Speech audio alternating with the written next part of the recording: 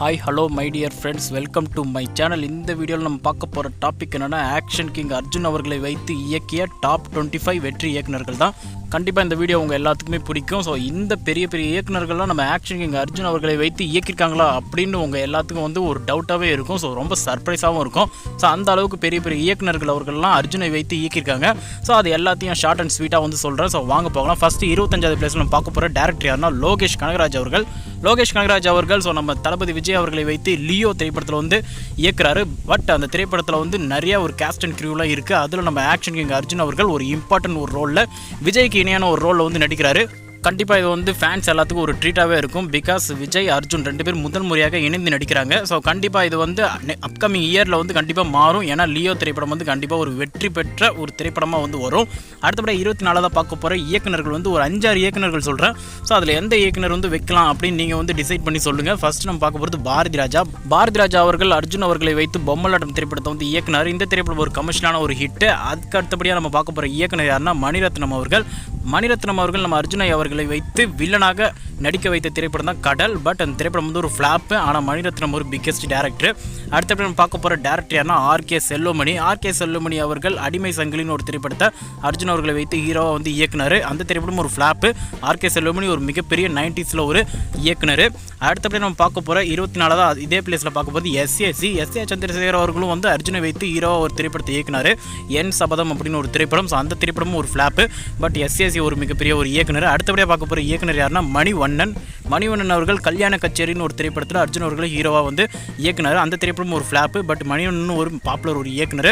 லாஸ்ட்டாக நம்ம பார்க்க போகிற இயக்குனர் யாருன்னா டேரக்டர் பிரபு சாலமன் அவர்களோட முதல் திரைப்படமே அர்ஜுனை வைத்து கண்ணோடு காண்பதெல்லாம் ஒரு திரைப்படத்தை இயக்குனர். இந்த திரைப்படம் சுமாரான வெற்றி. மொத்தம் 24வது பிளேஸில் ஒரு 6-7 டேரக்டர் சொல்லியிருக்கேன். அதில் எந்த இயக்குனர் பெஸ்ட் அப்படின்னு நீங்கள் சொல்லுங்கள். அதை நம்ம 24வது பிளேஸ் பண்ணிப்போம். அடுத்தபடி 23ஆவதாக பார்க்க போகிற டேரக்டர் யாருன்னா ஸோ அதுதான் நம்ம பிசி ஸ்ரீராம் அவர்கள் அர்ஜுன் அவர்களை வைத்து குருதி புனல் திரைப்படத்தை இயக்குனர்.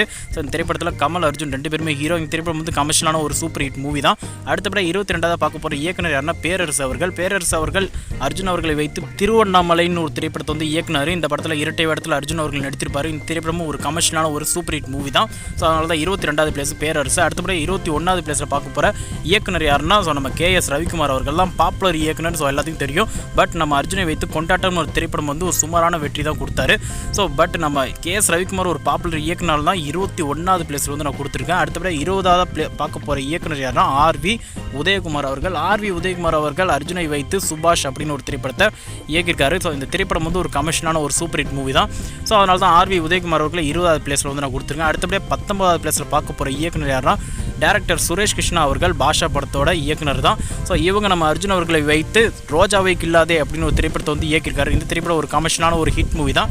ஸோ அதனால் சுரேஷ் கிருஷ்ணா அவர்கள் 19வது பிளேஸில் பிளேஸ் பண்ணியிருக்கேன். அடுத்தபடியாக நம்ம 18ஆவதாக பார்க்க போகிற டாப் இயக்குனர் யாருன்னா ஸோ அதுதான் நம்ம டேரக்டர் விக்ரமன் அவர்கள் நம்ம அர்ஜுன் அவர்களை வைத்து கோகுலம் அப்படின்னு ஒரு திரைப்படத்தை இயக்குனார். ஸோ இந்த திரைப்படம் ஒரு சூப்பர் டூப்பர் ஹிட். இன்னும் விக்ரமன் அவர்களை மேலே கொடுத்துருக்கலாம். ஏன்னா அந்த கோகுலம் திரைப்படத்தில் அர்ஜுன் அவர்கள் ஒரு கெஸ்ட் அப்பியரன்ஸ் பண்ணதால தான் நம்ம 18வது இடத்துல விக்ரமனை பிளேஸ் பண்ணியிருக்கோம். அடுத்தபடி நம்ம 17ஆவதாக பார்க்க போகிற இயக்குனர் ஏ வெங்கடேஷ் அவர்கள் அர்ஜுன் அவர்களை வைத்து 3 திரைப்படங்களை இயக்கியிருக்காரு. அதில் ஃபர்ஸ்ட் ஒன்று வாத்தியார் திரைப்படம் சூப்பர் டூப்பர் ஹிட். அடுத்தபடியாக துரைன்னு ஒரு திரைப்படம் திரைப்படம் ஒரு சுமாரான வெற்றி. அடுத்தபடியாக வல்லக்கோட்டைன்னு ஒரு திரைப்படம். இந்த திரைப்படம் பட்ஜெட்டுக்கு ஏற்ற மாதிரி இந்த திரைப்படம் ஒரு கமர்ஷியலான ஒரு ஹிட்.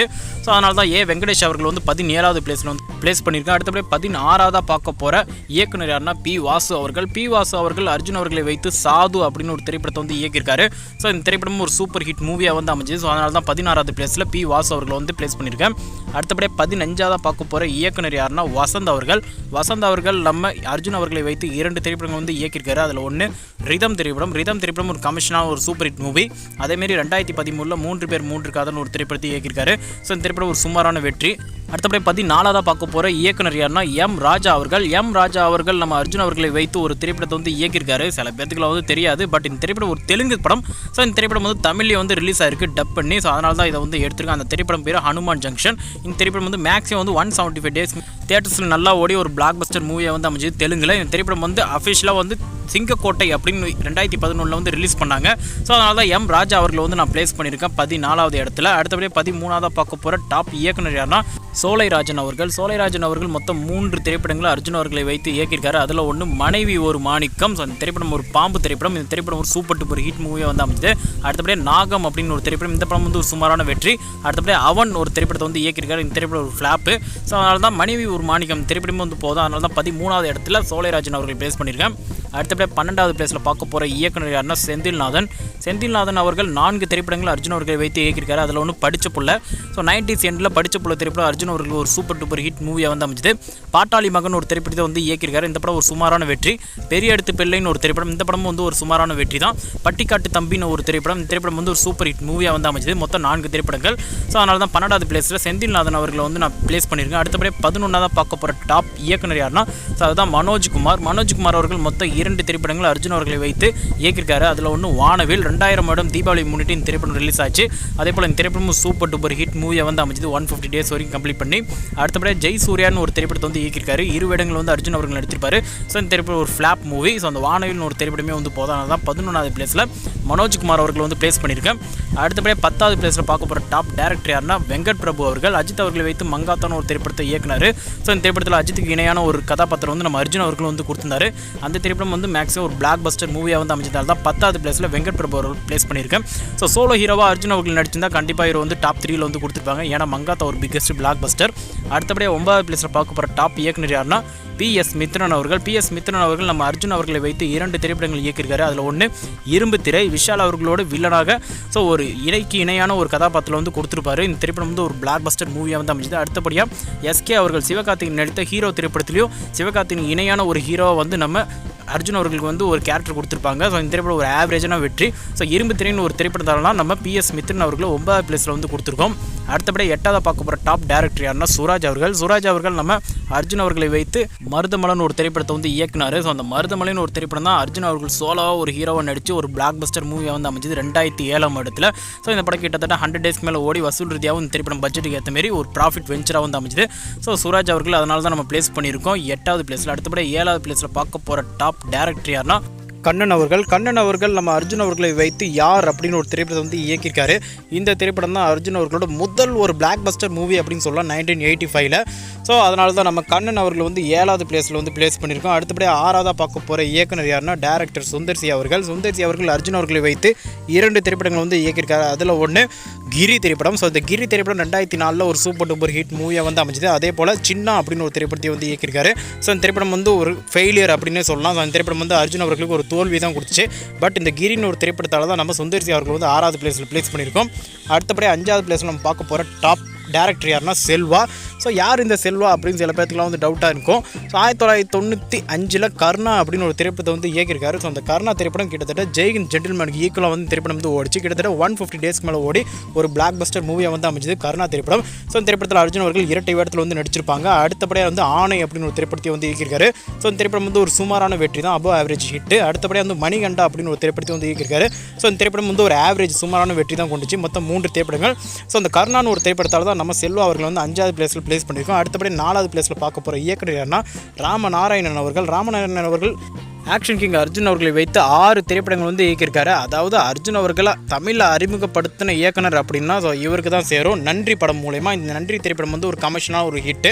அடுத்தபடி கடமைன்னு ஒரு திரைப்படம். இந்த படம் வந்து ஒரு சுமாரான வெற்றி. இளமை அப்படின்னு ஒரு திரைப்படம். இந்த படம் ஒரு ஃப்ளாப்பு. எங்கள் குரல் அப்படின்னு ஒரு திரைப்படம். ஸோ இந்த திரைப்படம் ஒரு ஃப்ளாப்பு. அடுத்தபடி வேஷம் அப்படின்னு ஒரு திரைப்படம். இதுவும் ஒரு ஃப்ளாப் மூவி தான். சிவப்பு கிளி அப்படின்னு ஒரு திரைப்படத்தை வந்து இயக்கியிருக்காரு அர்ஜுன் அவர்களை வைத்து. இந்த திரைப்படம் ஒரு ஃப்ளாப்பு. ஸோ என்னதான் வந்து ஃப்ளாப்பு அப்படின்னு கொடுத்தாலும் இந்த நன்றி கடமை திரைப்படம் வந்து ஒரு கமர்ஷியலான ஒரு ஹிட்டு. அதே போல் ராமநாராயணன் ஒரு பிக்கஸ்ட் ஒரு இயக்குனர் 80ஸ்ல. அதே போல் அர்ஜுன் அவர்களை வந்து தமிழில் வந்து அறிமுகப்படுத்தினார். அந்த ஒரு காரணத்தால் தான் இவரை வந்து 4வது பிளேஸில் பிளேஸ் பண்ணியிருக்கோம். அடுத்தபடியே 3வது பிளேஸில் பார்க்க போகிற இயக்குனர் யாருன்னா எல் ராஜா அவர்கள். எல் ராஜா அவர்கள் அர்ஜுன் அவர்களை வைத்து மொத்தம் 4 திரைப்படங்கள் வந்து இயக்கியிருக்காரு. ஸோ அதில் ஒன்று சங்கர் குரு. சங்கர் குரு திரைப்படம் வந்து 1987ல் ஸோ ஒரு பிக்கஸ்ட் பிளாக் பஸ்டர் மூவியாக வந்து அமைஞ்சது. ஸோ எல்லோரும் வந்து ஜென்டில்மேன் தான் ஒரு பெரிய வெற்றி அர்ஜுனுக்கு முதல் திரைப்படம் அப்படின்னு நினச்சிருப்பீங்க. ஸோ அதுக்கு முன்னாடி யார், அதுக்கப்புறம் வந்து சங்கர் குருன்னு ஒரு திரைப்படம் வந்து ஒரு பிளாக் பஸ்டர் மூவி வந்து கொடுத்தாரு. ஸோ அது எல் ராஜா தான். அடுத்தபடியே தாயின் மேல் ஆணை அப்படின்னு ஒரு திரைப்படம். இந்த திரைப்படம் வந்து ஒரு சூப்பர் டூப்பர் ஹிட் மூவியாக வந்து அமைஞ்சது. அடுத்தபடியே சொந்தக்காரன் ஒரு திரைப்படம் 3வது முறையாக. இந்த திரைப்படம் ஒரு சூப்பர் டூப்பர் ஹிட் மூவியாக வந்து அமைஞ்சது. 4வது வேட்டையாடு விளையாடுன்னு ஒரு திரைப்படம். இந்த படம் வந்து ஒரு சுமாரான வெற்றி. ஸோ எல் ராஜா அவர்கள் அப்படின்னாலே அர்ஜுன் அவர்களோட ஒரு டேரக்டர் அப்படின்னு சொல்லலாம். ஏன்னா அவரோட வெற்றி திரைப்படங்களை வந்து அர்ஜுன் அவர்களை வைத்து கொடுத்த திரைப்படங்கள் தான் இதுதான். அடுத்தபடி 2வது பார்க்க போகிற டேரக்டர் யாருன்னா ஆக்ஷன் கிங் அர்ஜுன் அவர்கள் தான். இவர் வந்து ஒரு ஹீரோ மட்டும் கிடையாது, producer, distributor and even director கூட.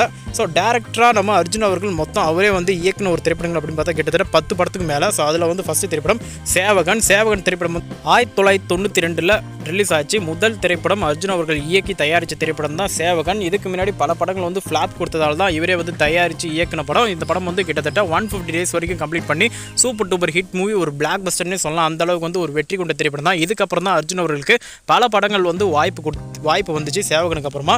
ஸோ அடுத்தபடியாக வந்து பிரதாப் அப்படின்னு ஒரு திரைப்படம் வந்து இயக்குனார் அவரே வந்து. இந்த திரைப்படம் வந்து ஒரு கமர்ஷியலான ஒரு ஹிட்டு. அடுத்தபடியாக வந்து ஜெய்ஹிந்த் அப்படின்னு ஒரு பிரம்மாண்ட ஒரு திரைப்படத்தை வந்து இயக்குனார். கிட்டத்தட்ட 175 டேஸ்க்கு மேலே ஓடி இந்த திரைப்படம் ஒரு பிளாக் பஸ்டர் மூவியாக வந்து அமைச்சது.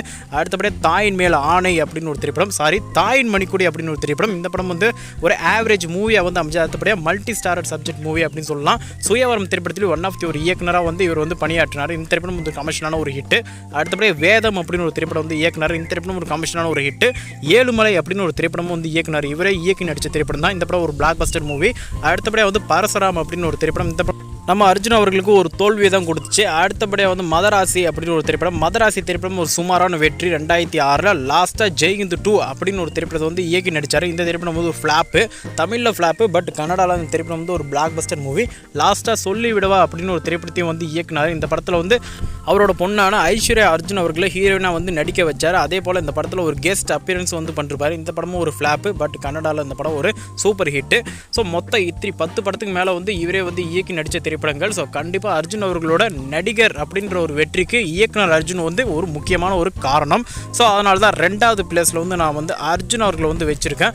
சில பேர்த்துக்கு வந்து இவர் வந்து ஒரு இயக்குனர் அப்படின்னு சில பேர்த்துக்கு வந்து தெரியாது. ஜெய்ஹிந்து படங்கள் வந்து பார்த்துருப்பாங்க, ஏழுமலை படம்லாம் பார்த்துருப்பாங்க. பட் அந்த படத்தோட இயக்குனர் அப்படின்னு பார்த்தா நம்ம ஆக்ஷன் கிங் அர்ஜுன் அவர்கள் தான். ஸோ அதனால தான் 2வது பிளேஸில் இயக்குனர் அர்ஜுன் அவர்கள் வந்து பிளேஸ் பண்ணியிருக்கேன். அடுத்தபடியாக முதல் பிளேஸில் பார்க்க போகிற டாப் டேரக்டர் யாருன்னா அதுதான் நம்ம சங்கர் அவர்கள். சங்கர் அவர்கள் தான் வந்து கண்டிப்பாக வந்து அர்ஜுன் அவர்களோட ஃபேவரட் டேரக்டர் அப்படின்னு நான் கண்டிப்பாக சொல்லுவேன். ஏன்னா அவரோட ஃபஸ்ட்டு திரைப்படம் அப்படின்னு பார்த்தா அர்ஜுன் அவர்களை வைத்து ஜென்டில்மேன் திரைப்படம் தான். 1993 ஒரு பிரம்மாண்ட ஒரு வெற்றி கொண்ட திரைப்படம் தான் ஜென்டில்மேன் படம். ஸோ வசூல் ரீதியாகவும் சரி, நாட்கள் வயசும் சரி, ஒரு சக்கப்போடு போட்ட படம். அந்த டைம்லேயே வந்து ஒரு பெரிய பட்ஜெட், அதேமாரி பெரிய பாக்ஸ் ஆஃபீஸ் கலெக்ஷனை ஏற்படுத்தின திரைப்படம் தான் ஜென்டில்மேன். அடுத்தபடியே முதல்வன் அப்படின்னு ஒரு திரைப்படம் 1999 தீபாவளி முன்னிட்டு இந்த படம் ரிலீஸ் ஆச்சு சங்கர் அவர்கள் இயக்கத்தில். ஸோ ஒரு யூனிக்கான ஒரு பொலிட்டிக்கல் சப்ஜெக்ட், ஒரு கான்செப்ட் திரைப்படமாக வந்து முதல்வன் வந்து அமைஞ்சுது. ஸோ இந்த படம் வந்து ஒரு வேறு லெவல் வெற்றி அப்படின்னு சொல்லலாம். 1999 கிட்டத்தட்ட வசூல் ரீதியாகவும் சரி, ஸோ அதேமாரி தியேட்டரிக்கலில் 150 டேஸ் வரைக்கும் கம்ப்ளீட் பண்ணி ஒரு பிரம்மாண்ட வெற்றி கொண்ட திரைப்படமாக வந்து முதல்வன் திரைப்படம் வந்து அமைஞ்சுது. கண்டிப்பாக ஸோ காமன் ஆடியன்ஸ் எல்லாத்திட்டையும் வந்து ஸோ அர்ஜுனோட ஃபேவரட் மூவினா என்ன அப்படின்னு கேட்டால் கூட கண்டிப்பாக வந்து முதல்வன் திரைப்படம் தான் சொல்லுவாங்க. அதே போல் ஜென்டில்மேன் சொல்லுவாங்க. அப்படிப்பட்ட ஒரு மிக பிரம்மாண்ட திரைப்படங்கள் அர்ஜுன் அவர்களோட ஃபஸ்ட்டு செகண்ட் மூவி அப்படின்னாலே கண்டிப்பாக இந்த திரைப்படங்கள் தான். அந்த வெற்றியை வந்து கொடுத்த சங்கர் அவர்கள் தான் கண்டிப்பாக வந்து முதல் இடத்துல வந்து கொடுக்கணும். ஸோ அதை தான் நம்மளும் கொடுத்துருக்கோம். அதே போல் ஜென்டில்மேன் முதல்வன் திரைப்படம் தான் நம்ம அர்ஜுன் அவர்கள் தமிழ்நாடு ஸ்டேட் பெஸ்ட் ஆக்டர் அப்படின்ற ஒரு விருதும் வந்து வாங்கினார். ஸோ ஏன்னா நம்ம சங்கர் அப்படின்னு பார்த்தாலே நம்ம ஆக்ஷன் கிங் அவர்களை வந்து ஆக்டிங் கிங்காக வந்து மாற்றினவர் அப்படின்னு பார்த்தா சங்கர் அவர்கள் தான். ஸோ நடிப்பெல்லாம் வந்து பிச்சு தள்ளிருப்பார், ஜென்டில்மேனும் சரி முதல்வனும் சரி. அதே போல் படமும் வந்து ஒரு mega black Bastar movie. So அதில் தான் முதல் இடத்துல வந்து நம்ம சங்கர் அவர்கள் வந்து பிளேஸ் பண்ணியிருக்கோம். ஸோ அவ்வளோதான் ஃப்ரெண்ட்ஸ். நான் இப்போ சொன்ன டாப் 25 இயக்குனர்கள் தவிர்த்து வேறு ஏதாவது உங்களுக்கு இயக்குனர்கள் ஏதாவது தெரிஞ்சால் ஸோ அதை வந்து நீங்கள் கமெண்ட் பாக்ஸில் வந்து கமெண்ட் பண்ணுங்கள். ஏன் அப்படி சொல்கிறேன்னா அர்ஜுன் அவர்கள் 150 திரைப்படத்துக்கு மேலே நடித்து கிட்டத்தட்ட 165 படம் வரைக்கும் வந்திருக்கு, லியோ அந்த படத்தையும் சேர்த்து. ஸோ பல இயக்குனர்கள் வந்து இருப்பாங்க. ஸோ உங்களுக்கு ஃபேவரட்டான இயக்குனர்களும் இருப்பாங்க. ஸோ அது யாராவது இருந்தால் நீங்கள் கமெண்ட் பாக்ஸில் வந்து கமெண்ட் பண்ணுங்கள். ஸோ இந்த வீடியோ பிடிச்சிருந்தால் லைக் பண்ணுங்கள், ஷேர் பண்ணுங்கள், சப்ஸ்கிரைப் பண்ணுங்கள். இந்த வீடியோவில் உங்களுக்கு முரண்பாடான கருத்துக்கள் ஏதாவது இருந்தாலும் கமெண்ட் பாக்ஸில் கமெண்ட் பண்ணுங்கள், நான் ரிப்ளை பண்ணுறேன். ஸோ இது வரைக்கும் நம்ம சேனலுக்கு சப்போர்ட் பண்ணி சப்ஸ்கிரைப் பண்ண நல்லுள்ளங்கள் அனைவருக்கும் நன்றி. ஸோ தேங்க்ஸ் ஃபார் வாட்சிங்.